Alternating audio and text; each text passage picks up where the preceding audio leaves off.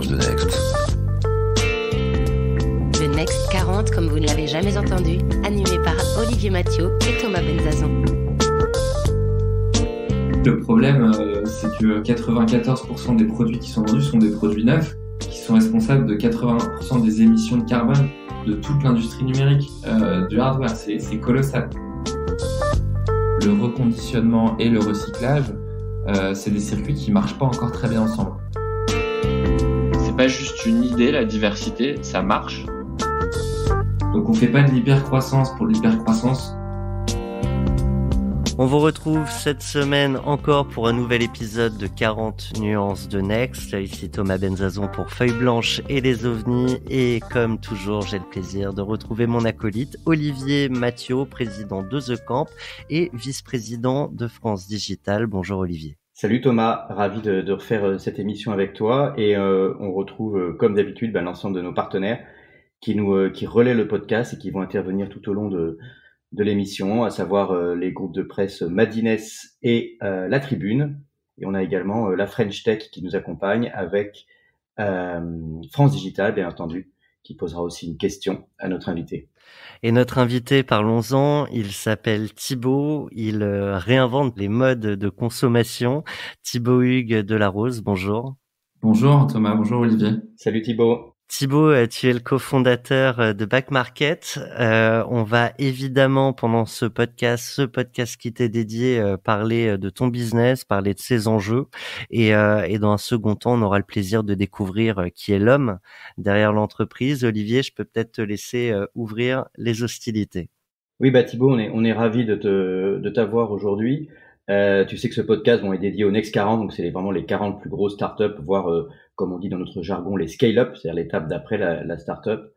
Toi en particulier, avec Back Market, vous avez réalisé des très belles performances de croissance ces dernières années, et en particulier la performance aussi de lever de l'argent en plein milieu de la crise du Covid, ce qui était une belle performance alors que tout le monde se plaignait de la trésorerie et profitait de toutes les aides d'État possibles. Back Market était sur une trajectoire de croissance très forte. Je crois que vous avez levé 110 millions d'euros avant l'été, au printemps, et notamment pour aller aux États-Unis. Mais ce qui nous amuse, avant d'arriver à décrire et peut-être décortiquer les ressorts de ton succès, c'est de repartir au début de Back Market et que tu nous redises quand ça a été créé et quel était le pitch au départ de Back Market pour qu'on puisse mesurer un peu l'évolution de cette plateforme. Alors, je te propose si tu veux bien d'ailleurs Thomas, nous envoyer notre petit pitch. Pitch, oh mon pitch. Pitch, oh mon pitch. Back Market, expliquer à un enfant de 3 ans, ça donne quoi Thibaut ? Un enfant de 3 ans, c'est un site internet pour acheter des produits électroniques beaucoup moins chers et beaucoup plus responsables pour la planète. Ça naît comment un projet comme ça ? Alors, ça naît d'un alignement de planètes, un projet comme ça. Alors, il y en a quelques-unes. La première, c'est un environnement familial très entrepreneurial. Clairement, j'ai été bercé dedans depuis que je suis tout petit, avec mon père, mon grand-père, mes frères. Deuxième truc, ça naît d'une rencontre avec un marché des reconditionneurs. Qui en fait le savaient pas, mais était en train de mener une révolution très back-office. Ils redonnaient vie à des produits qui allaient partir à la baille. Donc ça, c'était génial d'avoir cette épiphanie. C'est juste qu'ils savaient pas, ils utilisaient les canaux de distribution classiques pour les vendre. Ils savaient pas que ça pouvait se vendre beaucoup mieux et beaucoup plus. Les circuits classiques, c'était quoi ? C'était en GMS ? C'était en GMS, c'était sur des sites comme Amazon, comme Cdiscount, voilà, c'était des circuits de distribution qui étaient faits pour distribuer des produits neufs et des produits d'occasion, mais il n'y avait pas une place de choix, il n'y avait pas un spécialiste qui leur offrait un canal de distribution dédié à ces produits remis à neuf par des professionnels, qui fait une différence assez énorme pour le consommateur, quoi. C'est un peu ce qu'a fait Biocop, si tu veux, dans les années 70 avec les produits bio. Ça existe depuis des centaines d'années, les produits bio. C'est juste que y a personne qui en parlait et qui avait créé une boutique, un étalage pour vendre que ça. C'est quoi? C'est le côté verticalité qui fait que, ou non verticalité qui fait que l'offre trouvait pas la demande? Ouais, c'est ça. C'est-à-dire que le consommateur, en fait, il avait deux choix quand il voulait acheter un produit électronique. Donc, c'était soit j'achète neuf, je paye plein pot, mais par contre, j'ai des garanties, j'ai un SAV, etc. Soit je fais exactement le contraire, je vais sur de l'occasion et donc je le paye vraiment pas cher. Par contre, j'ai zéro garantie, zéro SAV, ou au mieux, c'est flou, peut-être qu'il y aura quelque chose, quoi. Donc il y avait pas, si tu veux, cette alternative qu'on a créée qui est entre les deux, qui à la fois prend l'avantage prix sur le neuf qui est significatif, et des garanties, une assurance sur des produits qui n'existaient pas sur l'occasion. Voilà, c'est ça la différence majeure qu'on a créée avec Back Market. Mais du coup, Back Market est une plateforme, c'est-à-dire que tu mets en relation avec des vendeurs qui, eux, rénovent les produits. Tout à fait. C'est pas vous-même qui rénovez les produits Ouais. Et est-ce que la garantie est proposée par Back Market ou par les vendeurs? Alors, c'est le vendeur qui porte la garantie. Après, Back Market joue son rôle de tiers de confiance à plein. Il s'assure qu'elle est entièrement respectée par le vendeur. En fait, on a écrit une charte de qualité que chaque vendeur doit signer pour pouvoir vendre sur la plateforme. Et donc, il doit garantir le produit minimum 12 mois, en l'occurrence. Et puis, il doit répondre à toute une exigence en termes de vérification à faire sur les produits, hein. Et puis il doit s'engager à respecter un niveau de service aussi, pour que le consommateur en cas de problème soit traité ultra rapidement. Dans certaines industries, maîtriser toute la chaîne de production fait sens. C'est des questions que vous êtes posées chez Back Market et si oui, pourquoi c'est pas un choix que vous avez fait de gérer vous-même le reconditionnement et d'aller jusqu'à la garantie, le SAV, etc., tout en interne? Alors, c'est important de comprendre, donc, comme le disait Olivier, on est une marketplace à 100%. Donc, aujourd'hui, on a 1500 professionnels qui utilisent Back Market pour distribuer leurs produits aux consommateurs finaux. On ne fait pas l'opération de reconditionnement nous-mêmes, hein, Back Market. On est cette plateforme qui va s'assurer de la qualité de ses produits. Donc, en fait, on a une charte de qualité, comme j'expliquais juste avant, pour s'assurer que les produits soient bien vérifiés, que les batteries soient en bon état, que les pièces de remplacement des produits soit de pièces d'excellente qualité, que en cas de problème, le consommateur soit traité ultra rapidement pour avoir soit une réparation, soit un produit de remplacement, soit un remboursement dans un créneau ultra rapide. Donc c'est ça tout le rôle que va jouer à plein Back Market, c'est s'assurer que l'expérience en fait du consommateur elle soit aussi bonne que quand tu achètes un produit neuf. C'est ça le défi que relève Back Market. Olivier, je crois que tu avais une question juste pour aller plus loin. Le fait d'utiliser des revendeurs, des reconditionneurs, pardon, comme ça, c'est aussi ce qui permet d'aller plus vite dans le déploiement de Back Market un peu partout dans le monde. Moi, je pense que le modèle de marketplace, et Olivier on a créé une belle aussi en France il y a quelques années. La beauté du modèle, c'est effectivement qu'on peut aller beaucoup plus vite, puisque on ne va pas faire les opérations nous-mêmes sur les produits, on va pas devoir s'occuper de financer le stock. On va pouvoir jouer en fait, on va pouvoir se concentrer sur les interfaces digitales, s'assurer de construire des services à forte valeur pour tout cet écosystème qui lui porte les produits, reconditionne ses produits, s'assure de la distribution de ces produits. Et donc on est beaucoup plus léger d'un point de vue financier, on peut aller donc beaucoup plus vite et beaucoup plus haut. C'est ce qui nous permet en un peu moins de 6 ans d'être dans 10 pays aujourd'hui et d'avoir une croissance qui est toujours extrêmement forte.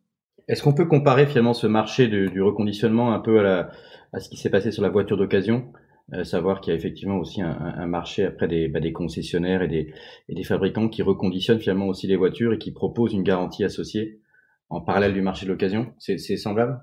Ouais, carrément. Moi, j'adore cet exemple. Je le prends souvent en exemple. La voiture est un marché beaucoup plus mature où effectivement ton fabricant, ton concessionnaire, il va te proposer 3 choses. Il va te proposer de te vendre un véhicule neuf. Il va te proposer de te le vendre aussi d'occasion et il va te proposer de maintenir ton véhicule. Et puis enfin, il va te proposer de le reprendre ton véhicule quand on achète un autre. Donc la panoplie de services, elle est hyper exhaustive. C'est-à-dire qu'il change complètement la relation que tu as avec ton produit, qui est plus linéaire, comme c'est trop le cas sur la tech. Dans la tech aujourd'hui, dans le hardware, hein, dans les produits électroniques, il y a de l'innovation, on sort des produits, on les distribue en millions d'unités, et puis après, je grossis le trait, mais on s'en fout, quoi. Le consommateur se débrouille pour soit le réparer, soit le revendre. Alors que sur le monde de la voiture, on est déjà vachement devant. Et donc, Back Market, en fait, amène les niveaux de service qui existent sur le monde de la voiture dans l'électronique. J'aimerais bien, Thibaut, ton avis sur l'obsolescence programmée, en sachant que si demain les innovations ne se renouvellent pas aussi rapidement que ça a pu être le cas ou que les produits durent plus longtemps, est-ce qu'il y a encore une place dans ce monde pour Back Market? Ah bah bien sûr, et d'ailleurs elle sera encore plus énorme. C'est-à-dire que si le monde du neuf s'arrête de produire, l'économie sera 100% circulaire. Puisque quand tu auras un besoin de t'équiper en produits, bah la seule option que tu auras, c'est de te tourner soit vers du reconditionné, soit vers de l'occasion. Donc c'était une vision assez utopique d'ailleurs. Hein. Si tu reprends la mission de Back Market, c'est de créer donc cette économie la plus circulaire possible sur les produits électroniques pour in fine déproduire un maximum de produits neufs, parce que le gros problème dans l'électronique, c'est que en fait 75 à 80% de l'empreinte carbone du monde électronique, elle est faite par la production du hardware, la production de ton ordinateur, de ton smartphone, de ton frigo. C'est ça qui impacte. Donc, si tu veux résoudre ce problème, en tout cas l'adresser, bah, tu as deux options. Une qui est super plaisante philosophiquement, qui est de dire, attendez, les consommateurs, les citoyens, on arrête d'acheter neuf et tout. C'est catastrophique pour l'écologie. Bon, malheureusement, tu regardes les tendances de consommation, c'est pas vraiment dans ce sens-là que ça va. Ou tu fais une réponse plutôt pragmatique, qui est celle qui est un peu moins philosophique. C'est ce que fait Back Market, c'est proposer des produits remis à neuf, et à chaque fois que tu vends un produit remis à neuf, bah, c'est un produit neuf vendu en moins, et donc in fine tu limites la production. Qu'est-ce qui fait, selon toi, que les consommateurs se tournent toujours encore plus vers le neuf que vers le reconditionné? C'est le fait qu'on connaît peu le reconditionné? C'est le fait qu'on a peur de la qualité du reconditionné? Ou c'est le fait simplement qu'on veut dans ce monde toujours le dernier outil à la pointe de l'innovation qui vient de sortir avec le nouveau design, etc., etc. Bah t'as apporté deux éléments de réponse qui sont vrais. C'est pas que l'un ou l'autre. Le premier élément qui fait que aujourd'hui les produits neufs sont vendus en masse et de manière largement supérieure aux produits d'occasion, aux produits reconditionnés, c'est que les circuits de supply, de reconditionnement, ils sont pas du tout aussi importants, aussi véloces. Alors ils grandissent énormément et ça fait partie de notre job de les aider à grandir le plus possible. Mais le reconditionnement n'a pas encore la même supply chain que Apple, Samsung, Huawei et tous les constructeurs de produits électroménagers. Voilà. Donc finalement, quand tu veux acheter un produit aujourd'hui, tu le trouves de plus en plus reconditionné, parce que voilà, on essaye de solidifier tout cet écosystème et de le faire exister le plus possible.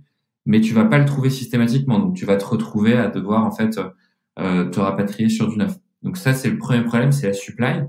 Et une partie du pourquoi, c'est aussi que l'intérêt finalement de beaucoup de marques et de constructeurs, c'est pas forcément d'aller dans la réparation, d'aller dans le reconditionnement, puisque ça fait des centaines d'années pour certains qui produisent, qui innovent et qui vendent des produits neufs. Donc c'est une transformation profonde de se mettre à faire ce qui s'est passé sur le monde de l'automobile. Mais je pense qu'ils vont y arriver. En tout cas, c'est un début de révolution, quoi. Pour comprendre un peu justement ces ressorts et prolonger la question de Thomas, je me demande si on peut arriver à dimensionner un petit peu la taille du marché des produits d'occasion. Qu'est-ce qu'il y a comme chiffre qu'on peut proposer pour comprendre cette réflexion aussi sur l'obsolescence programmée, c'est-à-dire finalement combien de téléphones sont vendus dans le monde et en France, pour prendre l'exemple des téléphones qui est un des marchés les plus renouvelés et dont on critique le plus l'obsolescence programmée. Et est-ce qu'il y a une sorte de stratégie du coup des industriels derrière tout ça, qui est réellement on parle souvent un peu de la théorie du complot quand les gens disent que c'est effectivement une obsolescence programmée, c'est finalement un complot ourdi par les fabricants pour pousser l'économie de l'offre? En fait, je vais te donner deux chiffres macro qui vont répondre un peu à ta question. Aujourd'hui, l'économie du reconditionné, elle représente un marché de 80 milliards de dollars annuels. Et sur les produits électroniques neufs, c'est 1,3 trilliard, donc 1300 milliards en fait. Donc si tu fais un ratio tout con, en fait, ça veut dire que t'as que 6% des produits tech vendus qui sont reconditionnés. 94%, ça va être du neuf. Donc en fait, tu as une déferlante de produits neufs qui arrivent sur le marché chaque année, qui a donc l'incidence dramatique écologique dont on parle au début. Donc ça, c'est un. Et puis après, est-ce qu'il y a des stratégies mises en place par les marques? Je vais vous donner quelques exemples concrets parce que j'ai pas envie de parler de théorie uniquement, mais tu vois, typiquement, les MacBooks, il y a une génération de MacBook depuis 2016 que tu ne peux plus réparer. Tu as une puce qui s'appelle la puce T2 à l'intérieur de ces MacBooks. Et donc, si tu remplaces certaines pièces dans ton MacBook, parce que voilà, elles sont fatiguées, tu les as pétées, voilà, peu importe, le produit ne va plus fonctionner. Il va détecter que tu as une pièce étrangère au système qui a été construit, puisque l'opérateur, le logiciel, c'est le même que le fabricant, va dire ok, cette pièce-là, c'est pas moi qui l'ai créée, c'est pas moi qui l'ai mise, donc le produit doit plus marcher. Donc là, on a une volonté frontale de pas aider à réparer le produit ou à lui donner une deuxième vie. Claire. Donc ça, c'est pas possible, tu vois. Ça peut plus arriver en 2020, en 2021, enfin à notre époque. Nous, on lutte de plus en plus contre ça. Et alors, quand tu dis on lutte comment? On lutte avec qui? Et peut-être notamment les autorités? Alors t'as par le haut et par le bas, hein, j'ai envie de dire, faut tout faire en fait. Par le bas, en fait, on a un laboratoire en interne chez Back Market d'ingénieurs hardware, un lab innovation, où en fait on va tester, les mecs vont tester des pièces compatibles toute la journée et regarder la qualité de ces pièces, donc la qualité des batteries, la qualité des composants, voir si quand tu les mets et quand tu les remplaces dans les produits, ils donnent en fait la même satisfaction que la pièce d'origine. Et c'est la jungle. Et tu t'imagines bien que les producteurs de ces pièces détachées, le fabricant leur donne pas une notice parfaite de comment les reproduire. Donc ils doivent se débrouiller pour arriver à faire des pièces qui sont au moins aussi bonnes que celles que le fabricant a créées dans son produit original. Donc tu as tout un écosystème parallèle qui se développe pour créer de la pièce compatible. Donc ça, moi je trouve ça assez génial. C'est une révolution concrète et qui permet aujourd'hui de réparer des produits. Parce que si eux n'existaient pas, concrètement, la vie du produit, elle s'arrêterait net. Si ta batterie était morte ou si tu avais pété ton écran. Ou alors, tu irais chez le constructeur. Mais qu'est-ce qui se passe souvent quand tu vas chez le constructeur? Mais ta réparation, elle te coûte entre 3 et 10 fois plus cher. Donc, en fait, ça revient au même que te dire, écoute, Thomas, rachète-en un nouveau, ça va te coûter moins cher, quoi. Autant reprendre du neuf. Donc, c'est pas une réponse satisfaisante et donc ça va favoriser une économie linéaire et ça va être une catastrophe écologique. Donc, ça, c'est la première réponse, moi, que je trouve assez excitante, qui est une révolution qui est en marche, mais qui est pas sur tous les produits. Elle peut exister que sur des produits qui sont vendus en beaucoup de quantité, parce que t'imagines bien qu'il y a de l'innovation derrière et que ça coûte cher. Et puis, tu as le deuxième truc qui est au niveau des gouvernements, au niveau des lois, où il faut qu'on commence à discuter de plus en plus activement avec le gouvernement. Alors, on avait Barbara Pompili et Cédric O qui sont venus nous voir là, il y a 2 semaines au bureau. Donc, c'était très bien. Donc, on a pu parler de ces sujets-là. Mais concrètement, Back Market aujourd'hui a pas du tout investi ce sujet par le haut. Donc voilà, on commence. Tu sens quand même qu'il y a une volonté de faire bouger les choses ou ça semble trop complexe? Non, je pense qu'il y a une vraie volonté. Enfin, tu vois, le discours était hyper... moi, j'ai trouvé le discours de Barbara Pompili pas très politique, justement, assez concret, quoi. On parlait de pièces détachées, de réparabilité des produits, etc. Donc, il y a des lois qui vont passer, qui sont déjà passées, qui vont rentrer en vigueur même, qui vont favoriser la réparation et le reconditionnement. Donc ça, c'est génial. Il y a une vraie volonté, il y a du concret, il y a des trucs qui sortent. Après, pour faire le truc parfaitement, voilà, c'est un peu comme en tech, tu fais pas de ton produit parfaitement quand tu le sors. Il y a encore des trous dans la raquette, des trucs qu'il faut améliorer. Donc c'est une première étape qui est vachement bien, mais il y a encore beaucoup de choses à faire derrière, puisque en fait, pour proscrire la réparation, quand t'es fabricant, t'as 3 moyens. assez facile. Soit tu rends la réparation hyper chère, voilà. Donc, tu as des études qui montrent que si, en gros, la réparation coûte plus de 1/3 du produit neuf, bah le consommateur va plutôt aller vers du produit neuf. Est-ce que c'est parce que ça coûte vraiment 1/3 en termes de prix, on ajoute la marge, ça coûte vraiment 1/3 du prix du produit neuf de réparer, Ah non, ou non, c'est non. une volonté de... Ah bah non, c'est une volonté, ouais, c'est une volonté. Une batterie, je vais te donner un exemple très simple, hein. Une batterie originale compatible de la même qualité en termes de cycle, en termes de durabilité sur un iPhone, elle peut coûter entre 6 et 10 dollars max, tu vois. Le constructeur, il va te la vendre 60. Voilà, tu as un ordre d'idée. Est-ce que ça lui coûte plus cher de la produire? A priori non, voire évidemment le contraire, beaucoup moins. Donc oui, il y a une volonté, elle est nette. Après, tu as un autre moyen qui est en fait de rendre les pièces détachées disponibles à la vente. Tu dis, moi je suis constructeur, je rends mes pièces disponibles à la vente pour les réparer et tout ça. Mais je les vends qu'à un réseau très petit en fait, de réparateurs que moi-même je vais agréer pour être sûr qu'ils jouent avec mes règles, qui va en fait limiter énormément le reach. C'est-à-dire qu'ils vont adresser une infime partie du problème. Donc, ça permet d'un point de vue marketing de dire oui, je le fais, je mets mes pièces détachées à vendre à des prix raisonnables, mais je les donne que dans le cadre d'une garantie que moi je donne à travers un réseau de réparateurs que moi je contrôle.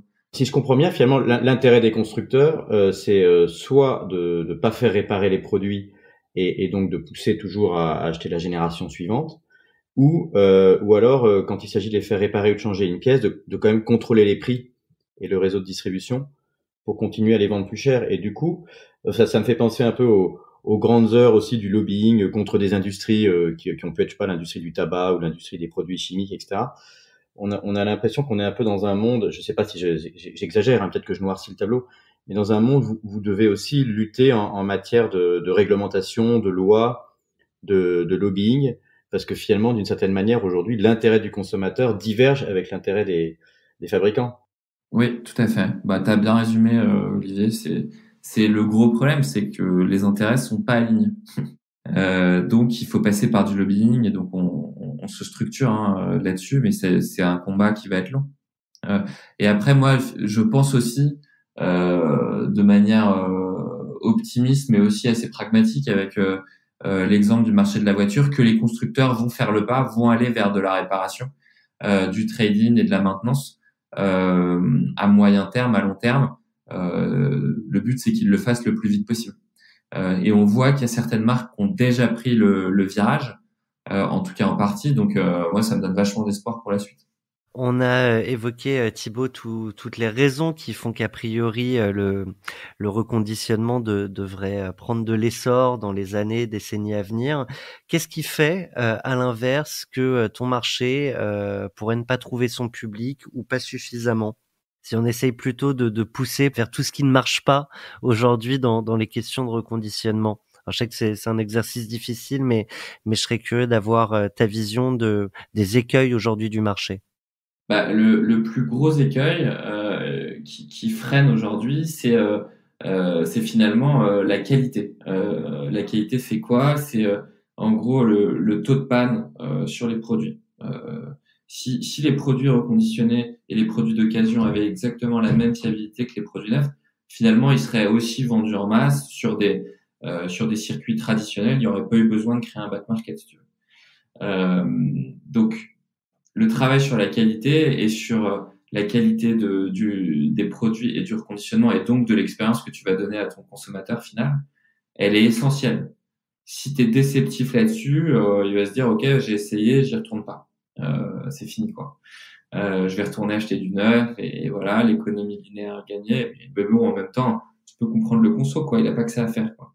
Donc, il faut investir massivement et c'est ce qu'on fait. On a plus d'1/3 de nos ressources qui sont dédiées à la qualité pour pouvoir baisser le taux de panne des produits au maximum et les amener au niveau du neuf. Alors la bonne nouvelle, c'est qu'on l'a déjà divisé par 2 là sur les 18 derniers mois et qu'il y a encore du boulot. Et donc ça repose sur une grande chose, c'est l'accès aux pièces détachées. Voilà, il faut qu'il y ait un accès aux pièces détachées qui soit donné à tous et sans condition. Et donc, et là, on touche à la question d'avance et il va falloir réguler. Il va falloir que les pièces détachées soient accessibles pour monsieur et madame tout le monde et aussi pour tous les réparateurs et tous les reconditionneurs pour pouvoir permettre à ces produits de vivre plus longtemps. Aujourd'hui, c'est pas le cas. Donc, c'est le frein, c'est le talon d'Achille du marché sur lequel il faut mettre les bouchées triples parce que si on n'arrive pas à se mettre au niveau du neuf, ça marchera pas. Thibaut, on a une question de notre partenaire Madines qu'on te propose de te soumettre, une question de Géraldine Russel. On l'écoute. Vous avez un message. Bonjour, voici ma question. Quand on promeut une consommation raisonnée, est-ce qu'on peut vraiment se permettre de lever 110 millions d'euros ? Est-ce que cette course à l'hypercroissance finalement n'est pas contradictoire avec vos engagements ? Pour moi, c'est impossible de le faire sans ces moyens. C'est probablement pas assez. En fait, il faut lutter avec les mêmes armes que le neuf. Et donc, voilà, vous pouvez regarder les valorisations et le cash disponible dans les caisses du conglomérat de Samsung, de Apple, de Amazon, de toute cette industrie en fait de fabrication et de distribution du neuf. Et donc, vous pouvez essayer d'aller les taquiner avec nu, avec une feuille de vigne devant et derrière, mais le résultat risque d'être un peu déceptif, quoi. Et pour être concret, je pense que vous avez absolument aucune chance d'arriver à faire une différence. Donc c'est nécessaire en fait. La question de Géraldine est volontairement piquante, mais c'est vrai que c'est un sujet, les questions liées à l'hypercroissance qui aime beaucoup Olivier d'ailleurs. Est-ce que la réponse du coup c'est que la question c'est pas l'argent, mais ce à quoi il sert? Bah si, c'est ça. Je pense que d'ailleurs, Thomas, n'hésite pas à répondre à ma place. C'est mieux dit. Si, c'est à quoi il sert. Et aujourd'hui, le problème, c'est que 94% des produits qui sont vendus sont des produits neufs, qui sont responsables de 80% des émissions de carbone de toute l'industrie numérique, du hardware. C'est colossal. Donc le sujet, c'est comment tu renverses cette vapeur, que tu diminues la production de produits neufs. Et ça demande de l'investissement, ça demande de l'innovation, ça demande de l'argent. Donc on fait pas de l'hypercroissance pour de l'hypercroissance. D'ailleurs, j'ai ce sujet moi qui m'horripile en France, des licornes et tout. On s'en fout. Nous, ce qui nous excite, ce qui nous intéresse et qui fait venir ces 400 personnes travailler chez Back Market, bah, c'est d'aller saboter cette industrie du neuf et de créer une économie qui est beaucoup plus circulaire. L'intérêt de la question de Géraldine, c'est qu'on a au moins 2 punchlines pour notre introduction. Bon, bah, tant mieux. Olivier, je sais que tu voulais réagir. On a beaucoup parlé de cette levée de fonds formidable de 110 millions d'euros arrivée en plein confinement pour Back Market. Et on a également imaginé de lancer une nouvelle rubrique. On verra si on la prolonge dans d'autres podcasts. C'est la rubrique qu'on appelle l'anti-portfolio, c'est-à-dire à savoir à l'origine finalement d'un dossier. Parfois, on présente une start-up à des fonds d'investissement et certains évidemment déclinent et ne suivent pas, n'investissent pas. Et donc, c'est intéressant aussi parfois de revenir sur l'histoire et de comprendre pourquoi et comment, quel était leur test d'investissement, alors qu'aujourd'hui, Back Market est évidemment une entreprise à succès. Et on a un investisseur qui a accepté de jouer le jeu, ce jeu de l'anti-portfolio, donc du portefeuille d'investissement qui n'a pas été réalisé. Il s'agit de Jean-David Chamboredon, le patron d'Isaïe. Vous avez un message. Oui, Jean-David Chamboredon, président exécutif du fonds Isaïe. On a toujours regretté chez Isaïe de ne pas avoir investi en 2015 dans Back Market. Je crois qu'on en a eu l'opportunité, en tout cas on a eu l'opportunité de regarder le business à ce moment-là. Et on est maintenant convaincu que la société fera partie de ce qu'on appelle notre anti-portfolio. Voilà, on serait aujourd'hui des investisseurs très heureux si on avait pu concrétiser les conversations qui avaient été les nôtres. Ma question pour Thibaut correspond à une question qu'on se posait à l'époque, qui était la dépendance du business à Apple et à l'iPhone en particulier, avec l'idée que l'iPhone pouvait passer de mode ou qu'un Apple pouvait devenir nocif vis-à-vis de gens qui évoluent dans son écosystème. Donc j'aurais voulu savoir si ce risque avait évolué et si Thibaut considérait qu'il était dorénavant totalement évacué. Voilà, merci. C'est une très bonne question. Et donc, pour répondre très simplement, on n'a jamais lâché le sujet depuis qu'on a créé Back Market. Au début, 100% de nos commandes, c'était des iPhones reconditionnés. Donc, je comprends que ça ait pu faire un peu peur à Isaïe et Jean-David à l'époque. Aujourd'hui, c'est moins de 50%. Voilà. Donc, en fait, pour améliorer tout le KPI, il faut les suivre. Et donc, ça reste un des KPI tout en haut qu'on regarde et qu'on suit comme du lait sur le feu. Et donc, on essaye maintenant, et on a réussi déjà sur plusieurs catégories et hautes marques, à créer ce système de reconditionnement et d'économie circulaire. Je pense à Bosch, je pense à Dyson, je pense à De Vialet, qui sont des marques qui font elles-mêmes leur conditionnement et qui vendent extrêmement bien chez nous. Et on n'a pas fini. Donc, ce KPI va encore évoluer, Jean-David. Et je suis très content d'être dans votre liste d'anti-portfolio. La question de l'hypercroissance, moi, ça m'amène un petit peu aussi dans la question de ce qui s'est passé avec la crise, puisqu'on a connu cette crise avec le confinement au mois de mars, et du coup, vous avez opéré cette levée de fonds, donc on pourrait croire que finalement vous n'avez pas connu la crise. Mais est-ce que vous ressentez que dans ce monde un peu d'après et celui de la crise, il y a quelque chose qui a changé aussi dans la perception des consommateurs, dans la façon de consommer? Parce que finalement, on a beaucoup parlé au moment du ralentissement de l'économie, aussi des bienfaits, notamment en termes environnementaux, bilan carbone, moins de circulation, le retour de la vie, la qualité de l'air, la qualité de l'eau, etc. Tout ça, c'est des sujets qui sont revenus un petit peu en haut de la pile de l'actualité, indépendamment évidemment de toutes les horreurs de la crise sanitaire et de ce qu'elle implique. Il y avait ces avantages, en quelque sorte, ces sortes d'effets secondaires de la crise. Est-ce que vous ressentez que ça a pu changer quelque chose, vous, du coup, chez les consommateurs, dans la façon d'appréhender sa consommation citoyenne, raisonnable, etc. On change de rubrique. La réponse de Thibaut juste après ce jingle. Je sais que je vous demande de rester chez vous. Je vous demande aussi de garder le calme. Chez vous, chez vous, chez vous. Je pense que c'est important dans les moments que nous vivons. Nous voilà plongés dans le confinement ou aujourd'hui dans le couvre-feu. Ouais. Alors pour répondre à ta question, Olivier, moi, on a tous été au niveau mondial, pas que au niveau français, confinés chez nous, effectivement avec du calme, de la sobriété, finalement imposée, avec moins de transport. On s'est posé tous beaucoup plus la question des circuits courts, en fait, qui étaient devenus soudainement la priorité numéro 1.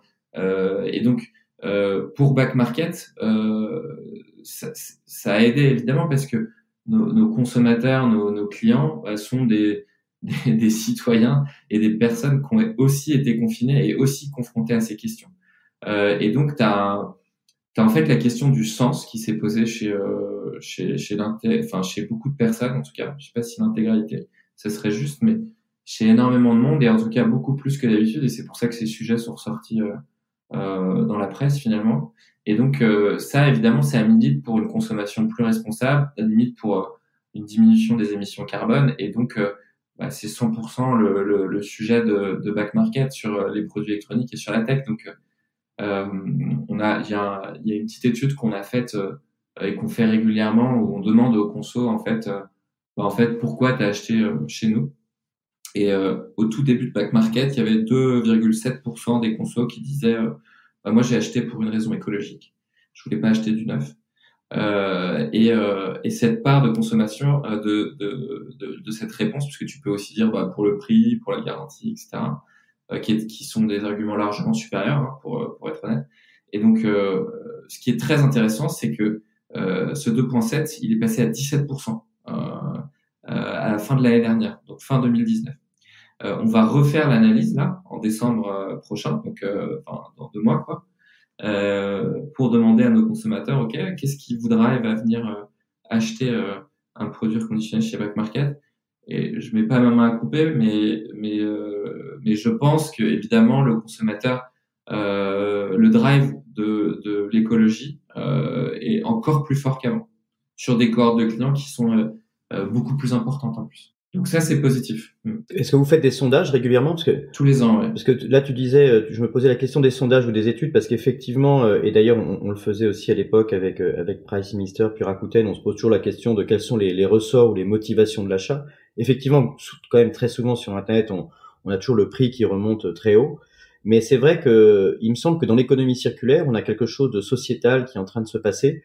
On l'avait observé aussi, on avait commencé 40 nuances de Next aussi dans les tout premiers podcasts avec Frédéric Mazzella de Blablacar, qui est aussi une forme d'économie circulaire appliquée à la mobilité et au transport. C'est-à-dire qu'on associe, et c'est vrai avec Back Market, un prix bas avec en plus un impact écologique beaucoup plus positif.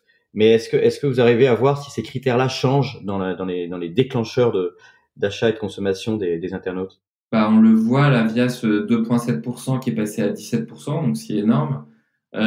Tu peux le voir aussi d'une manière encore plus concrète, puisque tu peux te dire un sondage, ça reste un sondage, mais quand même c'est du quali. Tu peux le voir aussi à travers la transformation et la réactivité de tes campagnes de pub. Quand on était tout petit, en fait, on était assez prix-produit dans nos communications finalement. Et puis on disait au consommateur qu'il n'avait pas juste fait un bon coup au niveau du prix, mais que il était entré dans une communauté et qu'il avait fait du bien à la planète en achetant ce produit plutôt qu'un produit neuf. Et là, on est passé sur des campagnes pour la première fois, donc en 2000, c'était en 2019 les toutes premières, mais ça, on les a vraiment poussées plus fort en 2020 sur finalement l'impact, quoi. Donc, tu as pu le voir un peu dans les affichages métro à Paris, les bus et tout ça. Et donc cette campagne a très bien performé pour nous, donc ça veut dire qu'elle résonne aussi chez nos consommateurs. Alors Thibaut, on avait posé à notre communauté Instagram, on leur avait annoncé que tu viendrais, et il y avait justement une question sur cette série de campagnes, je crois qui a beaucoup marqué les esprits de ceux qui ont pu l'observer. C'est qui chez Back Market, si c'est en interne, mais c'est sûrement une agence, mais qui conçoit ces messages qui apparemment trouvent leur public. Là, il a un nom, il s'appelle Vianney, son nom c'est Vaut, c'est mon associé, et il l'a fait en collaboration avec une super agence qui s'appelle Marcel, avec laquelle on bosse depuis 2 ans, je pense, 2 bonnes années. On cite jamais les agences, mais c'est bien de le dire. Bon, si vous voulez les mute ou les bleurer, faites ce que vous voulez. En tout cas, nous, on rend à César ce qui est à César, donc c'est un combo. C'est important. Vianney plus Marcel égale cette campagne et moi, j'adore ce qu'ils font personnellement. D'ailleurs, vous allez avoir la prochaine campagne de Back Market qui va sortir en pub télé, là, qui va nous refaire passer un step là-dessus, je pense. Écoute, il était une fois un partenaire qui avait une question. Je t'aurais bien dit qu'il était 2 fois, mais on te la passera qu'une fois et tu pourras répondre une seule fois aussi. Cette question, c'est une question de Laurent Garret, le patron de la banque Neuflize OBC. On te la soumet. Vous avez un message. Bonjour Thibaut. Alors que le confinement a eu des effets néfastes sur la plupart des entreprises, vous, Back Market, vous pouvez vous vanter d'avoir vu votre croissance doubler pendant cette période. Et avec surtout une explosion de vos ventes aux États-Unis. Mais quelle ironie du sort! La scale-up française qui conquiert le marché américain en pleine crise sanitaire. La question, avez-vous l'intention de conquérir le monde et de devenir le leader mondial de la consommation de produits reconditionnés? Merci. Alors, très simplement. Question sur l'ambition. Évidemment, oui. C'est notre ambition. Et on met beaucoup d'investissements dessus. En fait, je trouve que ce qui est assez chouette quand tu crées une marketplace verticale aujourd'hui, c'est qu'on a un peu d'histoire. On a vu ce que ça donnait sur du Booking, on a vu ce que ça donnait sur du Airbnb, et il y en a plein d'autres. La réalité, c'est que à la fin de l'histoire, tu as un gagnant, un grand gagnant, et une société, une marque qui en fait va être le porte-étendard de sa verticale et de sa catégorie. Donc Back Market n'a pas copié un modèle américain, n'a pas copié un modèle asiatique, etc. Enfin, on l'a créé, ce concept et cette verticale. Et donc, c'est hors de question qu'on se fasse passer devant par un Américain ou par d'ailleurs n'importe qui d'autre. Et donc, pour ça, une condition nécessaire, c'est d'être le leader mondial. Voilà. Donc c'est le plan. Et du coup, pour voir quel est le champ de bataille dans lequel vous êtes, qui sont aujourd'hui les grands concurrents mondiaux, francophones, européens ou américains, peut-être chinois, qui peuvent peut-être demain devenir ce leader mondial face à Back Market? Bah, c'est des toutes petites boîtes comme Amazon, qui sont voilà des je sais même pas comment, enfin des géants qui dominent la distribution en ligne au niveau mondial, qui permettent aussi de vendre des produits reconditionnés.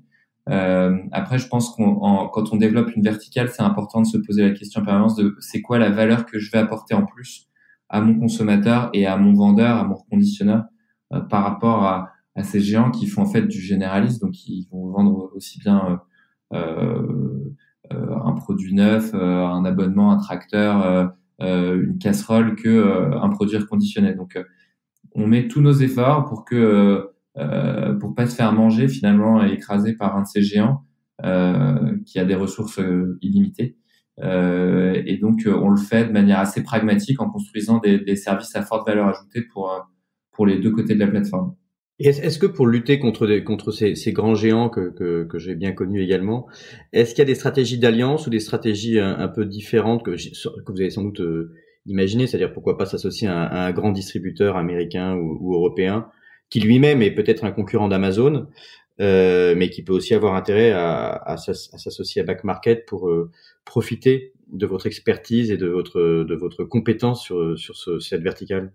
Alors, on a des discussions très actives en ce moment avec des grands distributeurs, avec des fabricants aussi, aux États-Unis et en Europe, pour justement les aider, parce qu'en fait, c'est vraiment du win-win, sinon ça ne marche pas, mais les aider à passer ce cap de l'économie circulaire en s'alliant à Back Market, et nous, évidemment, en leur créant de la valeur, en les aidant à maximiser en fait la valeur résiduelle de tous ces produits retour, tous ces produits issus de droits de rétractation, ces produits issus de retour logistique, etc. Chez nous. Et donc on l'a déjà mis en place en fait avec notamment Boulanger qui revend tous ses produits reconditionnés sur la plateforme, avec Dixon en Angleterre qui fait la même chose, avec PC Componentes en Espagne qui fait exactement la même chose. Et maintenant l'idée c'est de le passer à scale. Ce genre de partenariat il est super vertueux pour Back Market. Et du coup pour eux aussi, puisque ça fait quand même quelques années qu'ils sont avec nous. Donc c'est super important, ouais, qu'on arrive à travailler plus proche et main dans la main avec ces grands distributeurs. C'est vital même pour la suite, en fait c'est eux qui touchent et qui captent l'immense majorité des produits neufs qui sont vendus et qui vont pouvoir aussi récupérer les flux autour. Et alors quand on se retrouve en tant que fondateur à la tête d'une société qui est en forte croissance, qui vient de lever beaucoup d'argent, qui aujourd'hui concurrence les plus grandes plateformes mondiales, on se pose aussi la question de quelles peuvent être les prochaines étapes. Bon, tu as parlé effectivement d'ambition mondiale et de leadership, enfin de prise de position de leader. Et on a une question de France Digital, Nicolas Brienne, notamment sur l'avenir de Back Market justement. Vous avez un message. Bonjour Thibaut. Tu es en train de créer une plateforme qui est un géant du reconditionnement des déchets électroniques. En ce moment, toute l'actualité est portée sur la fusion Veolia-Suez. Ma question, c'est à terme, est-ce que c'est toi qui rachètes Veolia ou est-ce que c'est Veolia qui te rachète ? C'est sûrement une métaphore. Alors, c'est marrant que Nicolas ait pris cet exemple de Veolia-Suez. Moi, je pense que, donc aujourd'hui, pour la petite histoire, le reconditionnement et le recyclage, c'est des circuits qui marchent pas encore très bien ensemble. C'est-à-dire que pour limiter un maximum l'impact carbone, il faut reconditionner, il faut réutiliser les produits. Le recyclage, c'est en bout de course, quand il n'y a plus de solution, qu'il faut recycler le produit proprement. Mais le recyclage en soi va aussi avoir une empreinte carbone importante parce qu'on va chauffer les matériaux, etc. Donc, aujourd'hui, il faut qu'on arrive à mieux travailler avec eux pour faire un truc juste beaucoup plus sensé pour la planète et pour le conso, qui est quand un produit arrive au bout de sa première vie avec son premier utilisateur, qu'il soit déjà réparé, reconditionné, plutôt que tout de suite recyclé. Aujourd'hui, le problème, c'est que ça va trop vite au recyclage. Donc il y a des synergies à créer avec Veolia, avec Suez, pour que la réutilisation devienne finalement un premier filtre avant le recyclage. Et donc, on pourrait tout à fait devenir également un apporteur de flux de produits à recycler une fois qu'il y a vraiment plus d'utilité, plus de demande de la part du consommateur. Et puis, pour répondre à la question de qui rachète qui, j'en sais rien, mais ce sera pas Veolia qui rachètera Back Market. L'idée, c'est pas de vendre. Moi, je trouve qu'on a beaucoup de chance et on se le dit assez régulièrement avec mes associés et puis même avec l'équipe qu'on a construit autour de Back Market, c'est qu'on a un sujet unique qui nous drive, qui marche d'un point de vue business et qui marche d'un point de vue sens. Franchement, j'ai aucune idée de ce que je pourrais faire après Back Market et tout ça, mais je suis tellement surexcité par le sujet et par tout ce qu'il y a à construire que le sujet, le dernier sujet, c'est de vendre.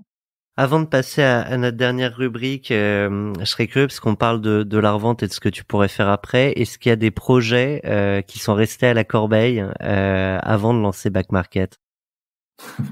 Oui, il y a des projets qui sont restés à la corbeille et je pense que c'est pas plus mal. J'ai vécu à Toronto pour mon lycée et au début je parlais très mal anglais et j'adorais le cinéma, donc je me disais mais ce serait trop bien d'avoir des casques de ouf au ciné pour pouvoir écouter les films dans ta langue en fait. Et du coup, t'adresserais une cible étrangère qui est pas adressée aujourd'hui dans toutes les grandes villes du monde. Je m'étais renouvelé cette réflexion en Inde. C'était une idée de boîte que j'avais pas mal poussée, mais qui servait pas finalement un intérêt général majeur. Non, mais il est possible quand même que ça arrive. Il y a un véritable marché de la traduction instantanée, simultanée, qui fait qu'un jour, on n'aura probablement plus besoin d'apprendre des langues étrangères. Ouais, c'est possible. Parce on aura une forme d'homme augmenté qui aura directement accès à des implants qui traduiront automatiquement toutes les langues. Mais il y aura plus la beauté et la sexiness de l'accent. Ah, tu peux essayer quand même. C'est comme le robot 6PO dans Star Wars, c'est le robot 6PO qui connaît tous les dialectes de la galaxie. Bon, du coup, je mets vitesse lumière, j'avais d'autres questions, mais vitesse lumière vers notre prochaine rubrique. Attention. I have a dream. Dans cette dernière rubrique, Thibaut, l'idée c'est d'évoquer le monde d'après et le rêve que tu peux en avoir si on part du principe que l'avenir sera celui qu'on décide d'écrire. Je serais curieux de savoir ce que tu as envie de mettre comme encre dans ta plume. Comment je le décrirais? Je le décrirais comme un monde avec une empreinte zéro carbone. Où en fait on a réussi à combiner en fait la croissance des hommes sert à la planète comme la planète sert aux hommes, mais que l'équation soit beaucoup plus équilibrée et qu'on soit en paix aussi, ce serait super à tous les niveaux. Aujourd'hui, on est dans un monde qui bouge beaucoup, mais qui peut être un peu violent quand même, avec pas mal de conflits et tout. Et je pense qu'on a partout dans le monde, pas qu'en France, mais des entrepreneurs qui peuvent jouer un rôle assez important là-dedans avec des talents pour justement créer ces modèles dont on a besoin pour faire cette transition et cette transition écologique, mais qui va aussi en fait nous permettre de survivre tout simplement et de continuer à vivre heureux dans un environnement plaisant quoi. Tu parles de nombreux conflits. On avait évoqué, alors je sais plus avec quel entrepreneur, mais un très bon docu sur Netflix, Derrière nos écrans de fumée, qui expliquait à quel point les algorithmes parquaient tout le monde dans ses propres convictions et faisaient qu'on avait du mal aujourd'hui à s'entendre et à se mettre d'accord sur des points vérifiables. Est-ce que tu partages déjà peut-être ce constat? Et si oui, est-ce que tu penses que l'entrepreneur a un rôle à jouer demain dans la réconciliation du monde? Je pense que oui, parce que en fait, le système, factuellement, il est très loin d'être parfait. Il y a qu'à ouvrir 2-3 médias et puis regarder un peu autour de soi. Il y a même pas besoin de regarder la presse. Il y a partout il y a des problèmes. Moi, je pense qu'il y a des opportunités à créer justement des innovations, des services qui peuvent y remédier. Et pas seulement par du monde associatif. Moi, il y a des très belles associations, etc. Et je les remercie pour tout ce qu'elles font. Mais je pense que pour le faire at scale, ce qui est le sujet aujourd'hui avec une population qui grandit au niveau mondial, c'est des entreprises qui doivent le faire et qui doivent adresser le sujet pour que, en fait, économie et impact positif soient la même chose, soit pas l'un ou l'autre. C'est ça le problème aujourd'hui, c'est qu'il y a encore un peu trop ce truc de c'est soit l'un, soit l'autre. C'est pas vrai. Et on est en train d'en faire une toute petite démonstration, mais je pense qu'on peut la faire à plein d'endroits. J'ai entendu le mot at scale et là je fais mon maître Capello. De temps en temps, j'interromps l'entrepreneur pour expliquer ce qu'on nous dit qu'on a un jargon entrepreneurial. Donc at scale, je rappelle que c'est à l'échelle, donc ce qui permet effectivement de grandir et de croître avec un modèle économique qui est profitable. Et je me posais une question qui est finalement Thomas a évoqué derrière nos écrans de fumée, qui est un documentaire qui s'appelle Social Dilemma en anglais et qui montre une sorte d'ambiguïté chez les GAFA qui ont amené énormément de progrès, de la transparence, beaucoup plus d'informations, les réseaux sociaux. Ça a permis par exemple l'émergence de nouvelles démocraties avec le printemps arabe, etc. Et puis en même temps toute l'ambiguïté qu'il y a autour des modèles économiques, du temps d'écran, de l'addiction, de l'économie de l'attention. Et je me demande s'il n'y a pas une ambiguïté, y compris finalement dans l'économie circulaire aujourd'hui. C'est la question un peu provoque pour peut-être conclure ce premier volet de ton podcast, Thibaut. À un moment donné, quand on est back market, on a quand même besoin de l'économie de la production et donc de l'impact carbone qui est associé à cette croissance. C'est-à-dire qu'on ne peut recycler finalement des produits que s'ils ont été achetés une première fois. On peut pas imaginer un monde, à moins que ce soit effectivement ton utopie, mais un monde dans lequel on ne produira plus du tout de téléphones ou de produits électroniques. Eh bien, si, mon cher Olivier. Je vais prendre un exemple qui existe, s'appelle Cuba. Je ne sais pas si vous avez eu la chance d'y aller. Mais regarde, ils n'ont plus le droit d'apporter de bagnole sur l'île depuis bien longtemps maintenant. Et du coup, leur seule option pour continuer à rouler, c'est de les réparer, c'est de les reconditionner. Et donc, tu ne peux acheter que reconditionné. Donc, si, at scale, si tu arrêtes de produire des produits neufs, tu pourrais imaginer, par exemple, sur des produits électroniques, que l'innovation, elle passe sur de l'innovation de composants, que ce soit pas un produit entier avec 100% du produit qui est jeté à la fin. Mais par exemple, tu vois, sur les mobiles, les innovations, c'est énormément sur l'appareil photo, la qualité des photos en ce moment. Bon, pourquoi en fait l'appareil photo ne serait pas un composant isolé? Et Fairphone est en train d'en faire la démonstration. Et tu pourrais imaginer, je remplace mon 20 millions de pixels par mon 50 millions mégapixels, et juste cette partie-là en fait. Et donc tu passerais d'un monde où en fait tu produirais pas intégralement des produits neufs, tu continues à innover, mais tu passes sur un système soit juste de réparation parce que l'usage en fait te va très bien, soit tu as envie d'avoir des innovations, et là tu achètes des pièces qui te permettent d'innover, mais sur un support qui existe déjà. Et ça existe très très peu encore. Eh bien, le monde de la tech d'après aura peut-être le charme de Cuba. En tout cas, moi, je sais que notre monde d'après très immédiat, c'est la deuxième partie de l'épisode 40 nuances de Next de Thibaut Hugues Delarose, cofondateur de Back Market. Thibaut, si tu le veux bien, on se retrouve après ce jingle. 40 nuances de Next. The Next 40 comme vous ne l'avez jamais entendu, animé par Olivier Mathieu et Thomas Benzazon.